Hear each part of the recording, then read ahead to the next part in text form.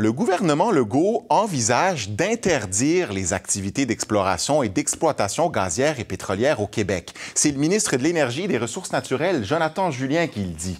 Alors, Denis, cette nouvelle-là a causé la surprise aujourd'hui. Oui, parce que c'est pas tous les jours qu'on a un tel discours de la part d'un ministre de l'Énergie, d'autant que l'environnement, c'est pas la marque de commerce du gouvernement Legault, qui en plus appuie les conservateurs au fédéral, qui sont très forts dans l'Alberta pétrolière. Alors, il y a une forme de surprise aujourd'hui, mais la volonté du gouvernement Legault semble ferme. Le ministre de l'Énergie présente d'ailleurs cette possibilité comme un pas vers la transition énergétique et il rappelle les objectifs. 2030, 1 million de voitures électriques. 2035, aucune vente de voitures à essence. Mais il faut comprendre qu'il y a des compagnies qui ont déjà en poche des permis d'exploitation, de recherche pétrolière.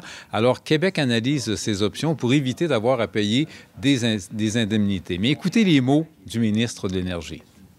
Effectivement, la possibilité, l'avenue d'interdire l'exploration et l'exploitation des hydrocarbures au Québec et des conséquences de ça est actuellement analysée par mon ministère. Je demande à mon ministère de bien faire cette analyse-là. On veut aller avec une lampe frontale, clairement, là, c'est qu'est-ce qui nous attend si on fait ces choix réglementaires-là? On n'est pas une république de bananes. On ne peut pas faire n'importe quoi, n'importe comment. Et on est en train d'étudier là, les impacts juridiques de la possibilité de racheter ces permis-là.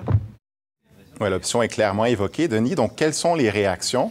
Alors, prévisible, grande joie chez les environnementalistes qui lancent même des fleurs au gouvernement Legault, ce qui est assez rare, et grande déception de l'industrie qui, elle, va proposer au gouvernement une production sans pollution basée sur les nouvelles technologies. Ça serait très, très certainement un geste de leadership fort à la veille de la COP26, donc la Conférence internationale sur les changements climatiques. C'est une très bonne nouvelle. Puis je dirais, première réaction à chaud, là, je pense que j'ai failli pleurer là, quand j'ai entendu ça. C'est potentiellement des années de lutte qui se terminent avec une conclusion heureuse. La technologie existe pour faire beaucoup mieux qu'importer tout notre gaz naturel, comme c'est le cas actuellement. Nous demandons simplement au gouvernement une chance de démontrer cette technologie. Nous avons une proposition qui, je pense, ne pourra pas être refusée par le gouvernement.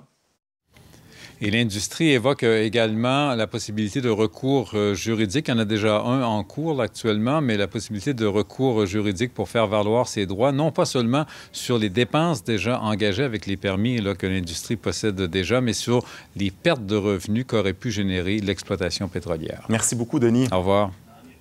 Ici Est du Québec.